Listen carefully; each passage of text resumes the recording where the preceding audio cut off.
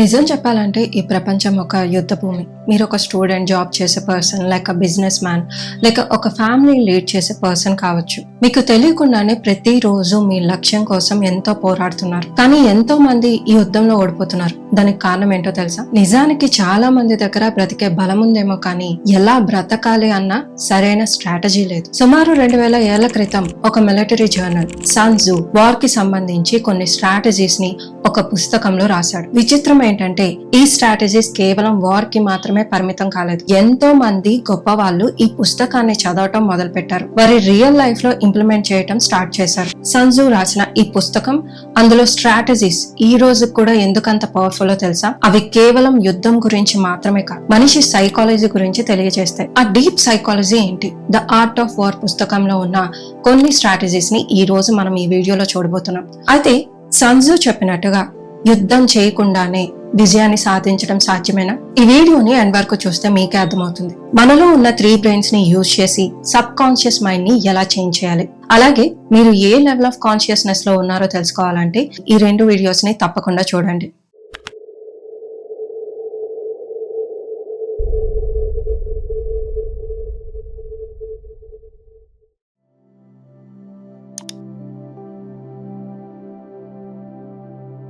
యుద్ధం మొదలవ్వక ముందే ఎవరు గెలుస్తారు, ఎవరు ఓడిపోతారో అని చెప్పవచ్చు. ఎందుకంటే గెలుపు అనేది బ్యాటిల్ ఫీల్డ్ లో కాదు, ప్లానింగ్ లో డిసైడ్ అవుతుంది. సన్ త్జు క్లియర్ గా చెప్తారు, యుద్ధం అనేది డిసెప్షన్ మీద ఆధారపడి ఉంటుంది. అంటే నీకు స్ట్రెంగ్త్ ఉన్నా వీక్ గా కనిపించాలి, వీక్ గా ఉన్నప్పుడు స్ట్రాంగ్ గా ఉన్నట్టు నటించాలి, రెడీగా ఉన్నప్పుడు కూడా రెడీగా లేనట్టు బిహేవ్ చేయాలి. నీ ఎనిమీకి కన్ఫ్యూజన్ ని క్రియేట్ చేయాలి. శత్రు కోపంలో ఉంటే ప్రోవోక్ చేయి, రిలాక్స్డ్ గా కనిపిస్తే అలసిపోయేలా చేయి. స్ట్రాంగ్ గా ఉన్నప్పుడు కాదు, ప్రిపేర్డ్ గా లేని టైంలో, రెడీగా లేని చోట అటాక్ చేయి. ఇంకో ఇంపార్టెంట్ పాయింట్ ఏంటంటే నీ రియల్ పవర్ ని ఎప్పుడు బయట పెట్టకు, నీ ప్లాన్స్ ని రివీల్ చేయకు. ఎనిమీ నీ నెక్స్ట్ మూవ్ ని గెస్ చేయలేకపోతే వాడు సగం యుద్ధం అక్కడే ఓడిపోయినట్టు. లైఫ్ లో కూడా ఇదే రూల్ అప్లై అవుతుంది. ప్రతి మూవ్ కి ముందు ప్లాన్ ఉండాలి. ప్రతి స్టెప్ లో అపోనెంట్ ని అబ్జర్వ్ చేయాలి. వాళ్ళు ఎక్స్పెక్ట్ చెయ్యని వేలో నువ్వు గ్రో అవ్వాలి. కాబట్టి గుర్తు పెట్టుకోండి, ప్లానింగ్ అనేది పేపర్ మీద చేసేది కాదు, అదొక సైకలాజికల్ వార్. యుద్ధం చేయటం అంటే ఖర్చుతో కూడిన పని.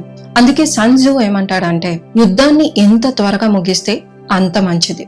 కాలం గడిచే కొద్దీ ఆయుధాలు మొద్దుబారిపోతాయి, సైన్యం అలసిపోతుంది, ఖజానా ఖాళీ అయిపోతుంది. అయితే ఈ రూల్ మన లైఫ్ లోకి ఎలా అప్లై అవుతుంది? మనలో ఎంతో మంది ఉంటారు, గోల్స్ ని పెట్టుకుంటారు, కానీ దాన్ని ఏళ్ల తరబడి సాగదీస్తూ ఉంటారు. తర్వాత చూద్దాం, అన్ని అరేంజ్ చేసుకున్నాక చూద్దాం, నేను ఫుల్ ప్రిపేర్డ్ గా ఉన్నాక స్టార్ట్ చేద్దాం అనుకుంటాం.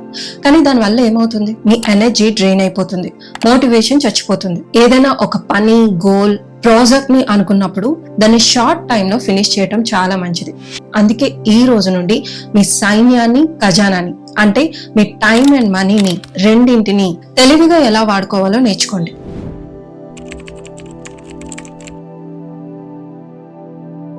ఇది చాలా ఇంపార్టెంట్. సన్ త్జు ఈ చాప్టర్ లో ఏం చెప్తాడంటే, నువ్వు యుద్ధం చేసేటప్పుడు శత్రు సైన్యాన్ని మొత్తంగా ముక్కలు చేయక్కర్లేదు, దాన్ని నాశనం చేయక్కర్లేదు. శత్రు సైన్యాన్ని పాడు చేయకుండా దాన్ని లొంగ తీసుకోవటం గొప్పది. అంటే ఒకరిని నాశనం చేసి గెలవటం కంటే వారిని నీ తెలివితో నీ దారిలోకి తెచ్చుకోవటమే అసలైన సక్సెస్.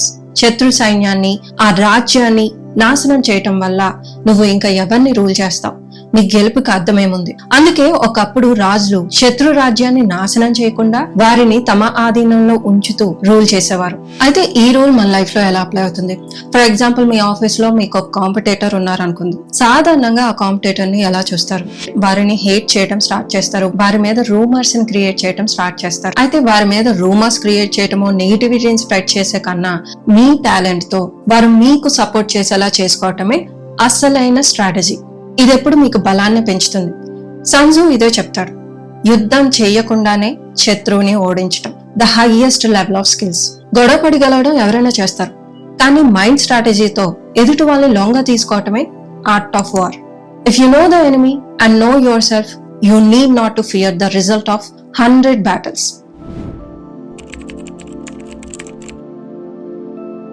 పాతకాలంలో వీరులు మొదట తమని తాము ట్రైన్ చేసుకునేవారు. అదెలా అంటే ఎవరు తమని ఓడించలేని స్థితిలో వారిని ఉంచుకునేవారు. ఆ తర్వాత శత్రువుని ఓడించే అవకాశం కోసం ఎదురు చూసేవారు. దీన్ని మన లైఫ్ లోకి అప్లై చేస్తే ముందు నేను నువ్వు సేఫ్ జోన్ లో పెట్టుకోవాలి. అంటే నీకు ఫినాన్షియల్ బ్యాక్గ్రౌండ్ ఉందా లేదా, నీ హెల్త్ బాగుందా, నీ ఫ్యామిలీ సపోర్ట్ ఉందా, ఇవన్నీ నీ డిఫెన్స్.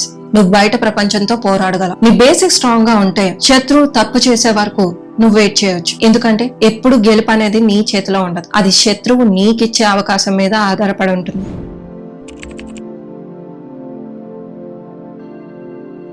ఈ చాప్టర్ లో సన్జు డైరెక్ట్ అండ్ ఇండైరెక్ట్ గురించి మాట్లాడతారు. యుద్ధంలో సైన్యం ఎంత పెద్దదైనా దాన్ని చిన్న చిన్న గ్రూప్స్ గా విడగొట్టి మేనేజ్ చేయాలి. అయితే డైరెక్ట్ గా అటాక్ చేయడం లేదా ఇండైరెక్ట్ గా బలహీనుల్ని ముందు వరుసలో పెట్టి శత్రువుని కన్ఫ్యూజ్ చేయటం ఇంకో ఎత్తు. ఈ ఇండైరెక్ట్ మెథడ్ లో వెళ్తే విజయం ఖచ్చితంగా సాధించవచ్చు. సన్జు ఒక ఎగ్జాంపుల్ చెప్తాడు. కొండ మీద నుండి దొర్లిపడే రాయి చిన్నదైనా దానిలో మొమెంటం క్రియేట్ అయ్యాక దాన్ని ఆపడం ఎవరి సాధ్యం కాదు. అది క్లియర్ గా చెప్పాలంటే డైరెక్ట్ అంటే మీరు చేసే పని లేదా మీ చదువు, ఇండైరెక్ట్ అంటే మీ మైండ్ సెట్ అండ్ హ్యాబిట్స్. అందుకే ముందు మీరు ఇండైరెక్ట్ పై పనిచేయటం మొదలు పెడితే డైరెక్ట్ గా విజయాన్ని సాధించగలరు.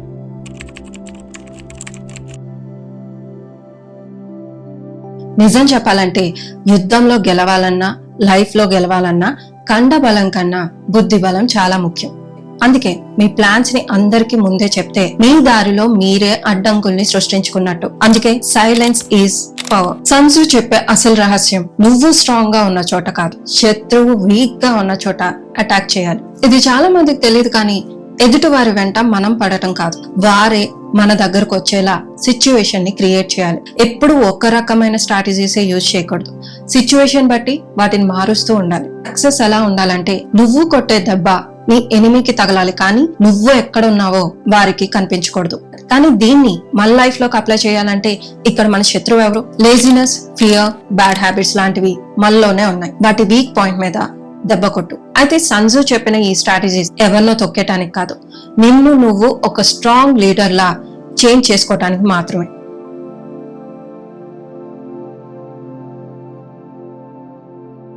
ఒకప్పుడు యుద్ధంలో ఒక చోటి నుండి ఇంకో చోటికి వెళ్లటం చాలా కష్టం. సన్జు అంటారు, సైన్యాన్ని నడిపించటం సులభమైన పని, కానీ కన్ఫ్యూజ్ అవ్వకుండా, ఎనర్జీ లాస్ అవ్వకుండా, వారి కాన్ఫిడెన్స్ లూజ్ అవ్వకుండా తీసుకెళ్లటమే అసలైన ఆర్ట్. దూరంగా ఉన్న దారిని కూడా సులభమైన దారిలా మార్చుకోవటమే తెలివైన పని. అటాక్ చెయ్యనట్టే నీ సైన్యం బిహేవ్ చేయాలి, కానీ శత్రువు రిలాక్స్డ్ గా ఉన్నప్పుడు అటాక్ చేయాలి.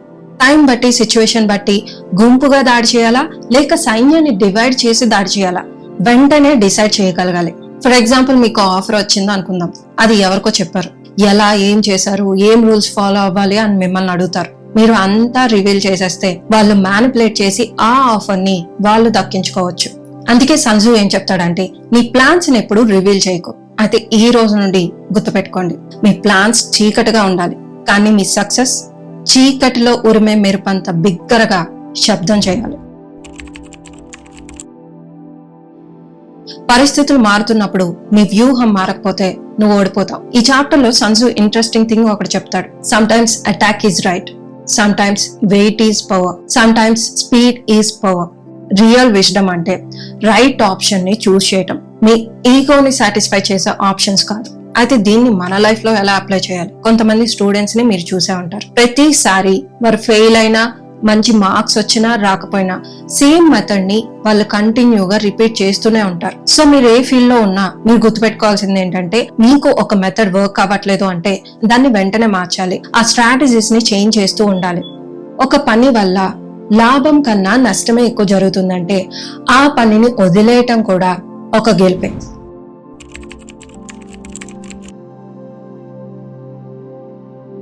యుద్ధం ఎప్పుడు బయటకే జరుగుతుంది, కానీ దానికి సంబంధించిన నిర్ణయాలు ఇంటర్నల్ గానే జరుగుతాయి. వాటిని మీరు గమనించగలిగేలా ఉండాలి. నీ చుట్టూ ఉండే సంకేతాల్ని నువ్వు చదవటం నేర్చుకోవాలి. ప్రమాదం నిన్ను తాకక ముందే దాన్ని నువ్వు గమనించగలగాలి. సన్జు ఇక్కడ ఏం చెప్తాడంటే, శత్రువు పంపిన రాయబారి రిలాక్స్డ్ గా మాట్లాడుతున్నాడంటే దాని అర్థం అతను యుద్ధానికి సిద్ధంగా ఉన్నాడని అర్థం. సో రియల్ లైఫ్ లో ఇదే విషయాన్ని మీరు ఎలా అప్లై చేయాలి? మీ చుట్టూ ఉండే వాళ్ళని అబ్జర్వ్ చేయాలి. ఎవరు ఎలా మాట్లాడుతున్నారు, ఎవరు మ్యానిపులేట్ చేయడానికి ట్రై చేస్తున్నారు, ఇవన్నీ మీరు అబ్జర్వ్ చేయగలగాలి. చుట్టూ ఉండే పరిస్థితుల్ని, ఎన్విరాన్మెంట్ ని గమనించగలిగిన వారే లీడర్ అవుతారు. అంటే అవేర్నెస్ లేకపోతే మీరు గుడ్డిగా యుద్ధం చేస్తున్నట్టే లెక్క. సో సంజు చెప్పే ఆర్ట్ ఆఫ్ వార్ ఏదో యుద్ధం గురించి మాత్రమే కాదు, ఇది మనం ప్రతిరోజు చేసే లైఫ్ స్ట్రగుల్ గురించి. సక్సెస్ అనేది హార్డ్ వర్క్ లో మాత్రమే కాదు, అది మీరు వేసే ప్రతి సైలెంట్ మూవ్ లో, మీరు చూస్ చేసుకునే ప్రతి బ్యాటిల్ లో ఉంది. The greatest victory is that which requires no battle. అయితే చివరిగా ఒక మాట, ఈ లెసన్స్ లో మీకు బాగా నచ్చిన లెసన్ ఏంటి, ఎందుకు, తప్పకుండా కమెంట్ చేయండి. సో చూసారు కదా, ఈ వీడియో కనుక మీకు నచ్చినట్టయితే please like, share and subscribe to my channel. See you in the next video. Thank you for watching.